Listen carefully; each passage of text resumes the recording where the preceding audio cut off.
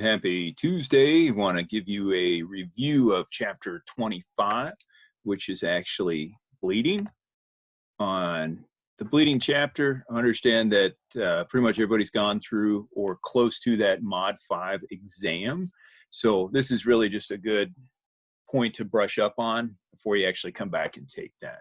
So as far as bleeding is concerned, obviously you need to be able to recognize it.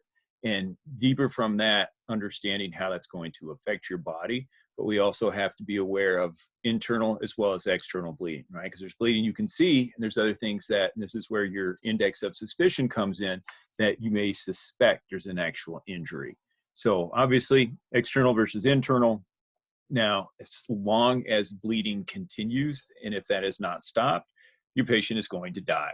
And that's the end point. Initially, you may see that weakness, talk about shock, compensated again versus decompensated, and that end stage process of that is irreversible. But losing that blood is obviously something that needs to be controlled. So we think about what pairs with the circulatory system. Why is blood so important? Well, what does blood carry? It's your red blood cells. And it has to circulate that to every single cell in the body and get down into the tissue. The oxygen and the nutrients, as well as another important concept is removing those waste products, right? If you're not able to actually filter out your blood, ooh, that sounds like something. Oh, what is that? Kidney problems, and someone needs to go for dialysis. So again, being able to have your blood circulate in the way it normally does, maintaining homeostasis, that's what's actually getting rid of those waste products. The three parts, the pump, the container, and the fluid, or the blood and the plasma that's contained in that. Think about the container as the actual blood vessels themselves. These can range from an artery, arterial, a venule, a capillary, a vein, right? Those are all the parts with your blood vessels. And the pump itself, that's the heart, right? That thing that keeps beating since the second you were born and continues until you die. So why is this important? Well, your heart itself, it needs that rich blood supply. There are certain vessels that need to be fed around the heart, the coronary arteries, the left anterior descending, the right anterior descending. And the heart not only produces its own electrical signals, but also needs to feed itself. Just a little, like we haven't done enough review for physiology, but the atria on top and the ventricles on the bottom. If you can't remember, A comes before V, right? That's just a real easy way to remember what are the upper and what are the lower chambers. So here's those blood vessels again. And when we think about these, think of an artery as being a real thick tube, right? As it starts coming away from the heart. But it's then going to go into something known as the arterial, and it gets a little smaller. And then from there, we'll continue down to the smallest part that we'll refer to as the capillaries. As it now becomes a venule is going to be, again, another smaller part that leads to something that's larger than the venule, but of course smaller than the artery, but that's going to be the vein. And it's just a good idea just to write these things down. You can think about it, something that starts large and then eventually gets smaller. But within that capillary level, that's where that actual exchange of gas is taking place. The blood vessels and the blood, again, what it actually does, keep in mind you have to have good circulation so you can get rid of those waste products. When we look at the waste and carbon dioxide, diffuses back into the capillaries. 4 components of the blood, red blood cells. What are the red blood cells going to do? Yes, those are going to carry your oxygen. The white blood cells, yes, that is going to fight infection. The platelets responsible for forming those clots. And then, of course, there's plasma, or that fluid that it sits within. If you can't create a blood clot, be it that the patient is a hemophiliac, or maybe they took a whole bunch of aspirin and they're on combination of that, they're on some type of blood thinner. If a clot never forms, then the bleeding is never going to stop. So again, this is why a sample history becomes so important in all of your patients.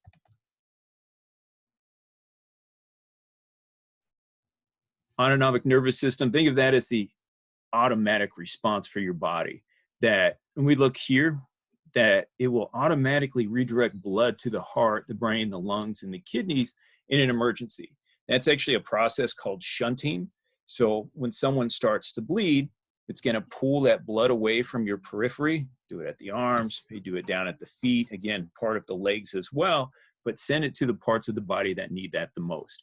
That is a prime example of homeostasis. And I believe it was Chris Scheller, Captain Scheller, that was showing a video. I cannot recall what it is right now, but the guy goes into detail just to talk about the importance of homeostasis, right? That is your body at balance. It's everything working the way it should be working. The perfusion, circulation of blood, it has to get down to an organ, it has to get into the tissue, but it has to meet the demands of the body. And so this is actually a pretty good illustration. When you think about that big pipe that's coming away from the heart, there's your artery. And then as it starts to branch down into different pieces, it's going to get smaller, and that's called the arteriole. At the capillary level, notice we've got this red going to blue. That's that exchange of gases and the waste removal.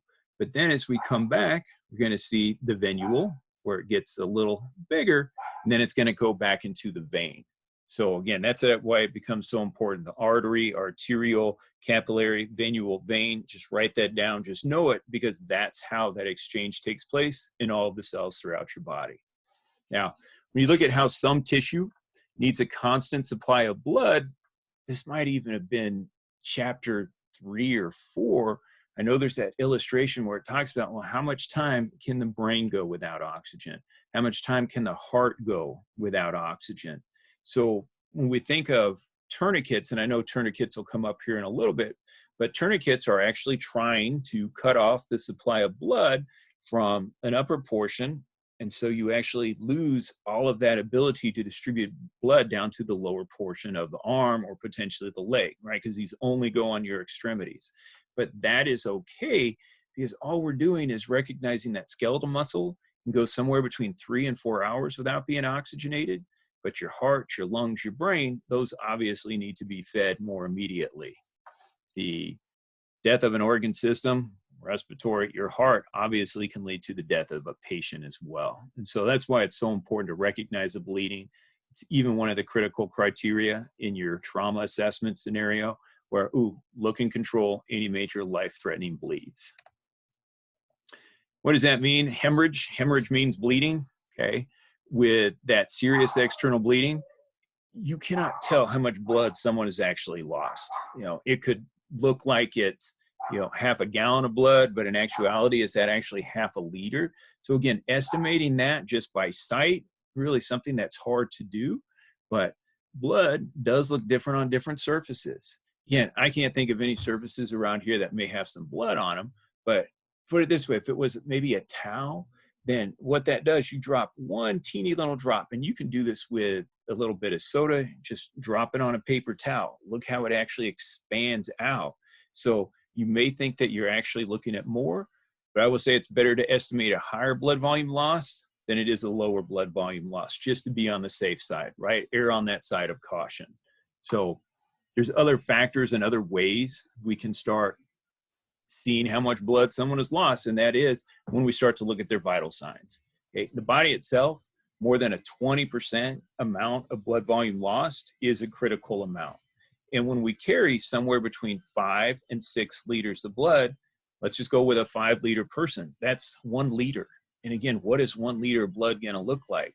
And that's fine for external bleeding, but what about that internal bleeding, right? This is where your index of suspicion, looking at a mechanism, all start to build that picture. So the changes in vital sign may occur for significant blood loss. Yeah. What's going to happen is you're going to see that heart rate increase. They're going to be breathing heavier, have an increase in their respiratory rate, and then you start to see that drop in blood pressure. So get that blood pressure early on. Again, I know there's a reassessment that comes up later on here, but we reassess every 5 minutes for a critical patient versus every 15 minutes for a stable patient. And anyone that's suffering a significant amount of blood loss, we're going to put into the critical criteria. Now, how fast someone bleeds is going to be a huge factor when we think about how they're going to tolerate that. it's a good example about giving away 500 milliliters of blood, or you donate that 1 unit. But if you've ever donated blood, that does not happen over a 2 or a 3 minute period, right? It's a slower process as it comes out of the body.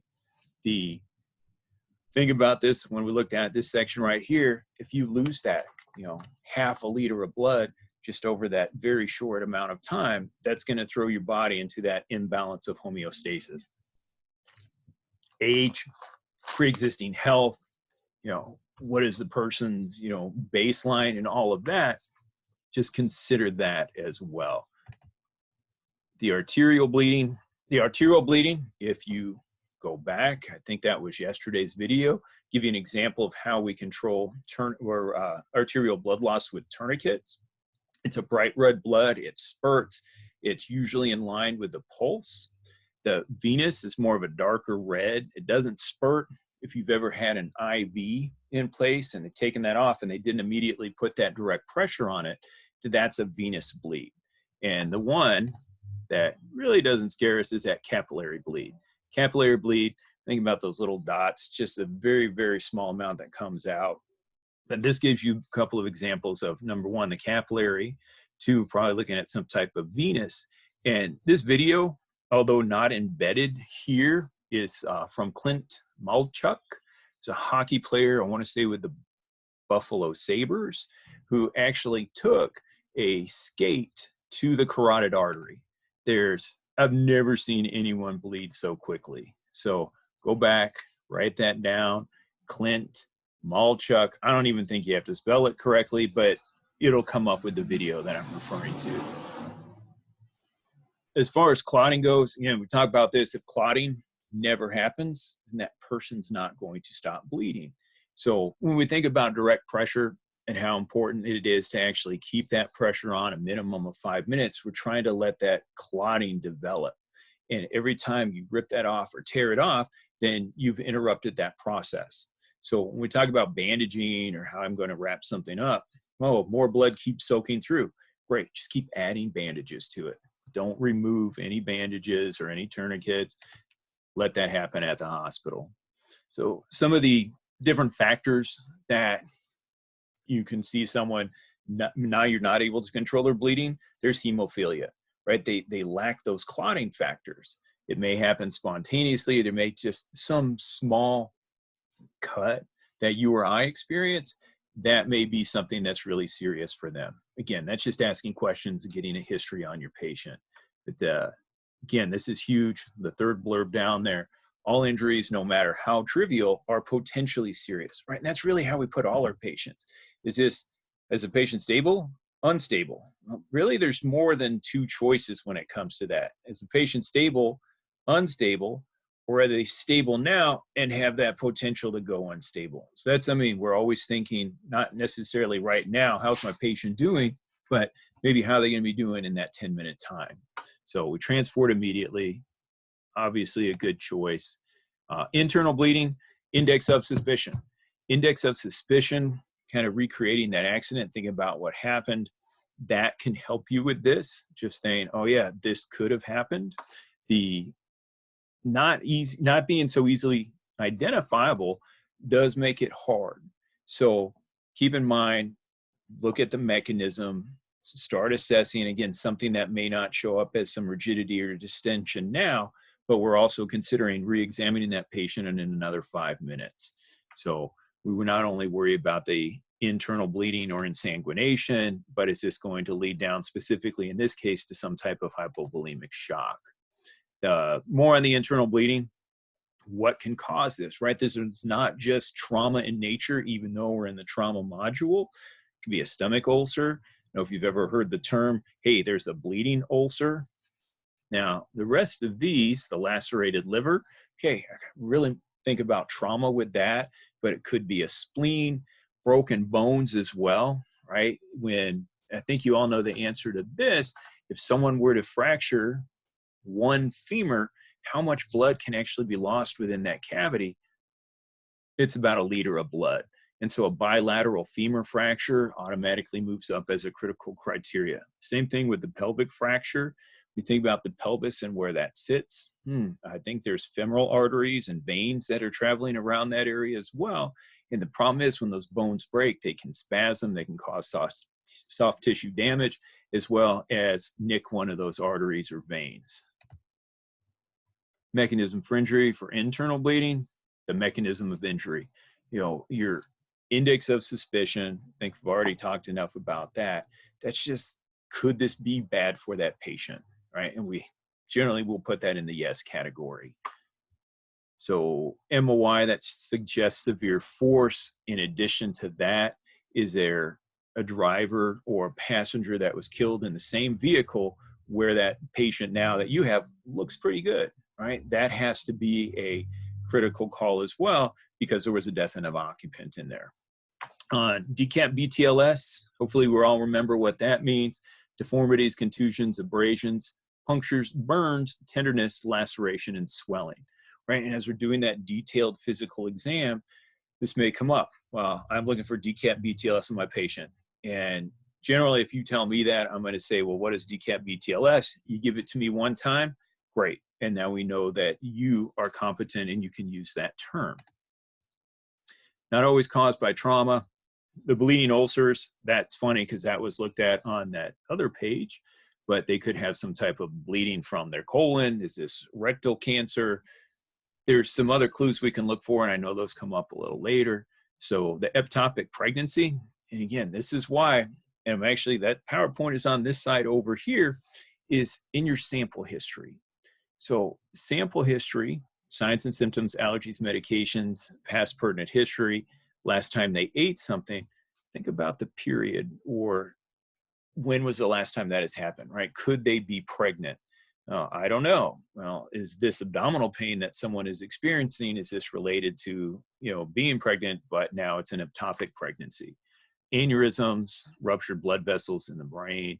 Again, these can happen actually anywhere on the body, but that is another way where a significant amount of blood loss can take place, but there's no trauma related with it.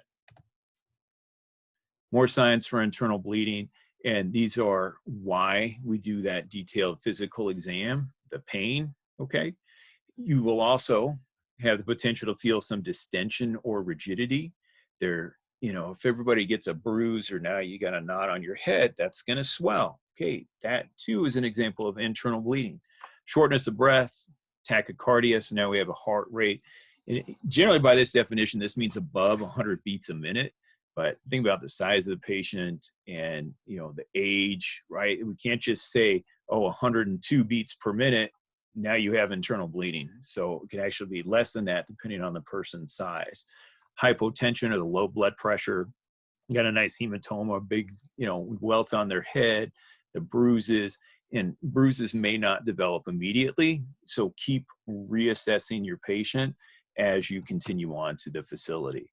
One of the greatest tips I ever got was our pre-hospital coordinator at Tucson Medical, who said, make sure you expose your patients. And again, anytime there's a trauma, what was not there 5 minutes ago, maybe now you can actually see that. So just a good idea to keep that in mind. Airway, breathing, circulation, disability, exposure. If you can't see it, you can't fix it. So different signs and symptoms of the internal bleeding as well. So actually the hematemesis, or vomiting up of blood. Melena is a dark, tarry stool having to deal with some type of rectal bleed or something internally. The guarding or swelling that's going on. Again, no trauma that brought this about. It's just you touch it, it hurts. Okay, maybe this is some type of internal issue. Broken ribs, of course, broken ribs, as those continue to break and spasm, can lead to more damage as well as an increase in their bleeding. And then hypoperfusion. Hypoperfusion, are they pale, cool, and clammy for no apparent reason?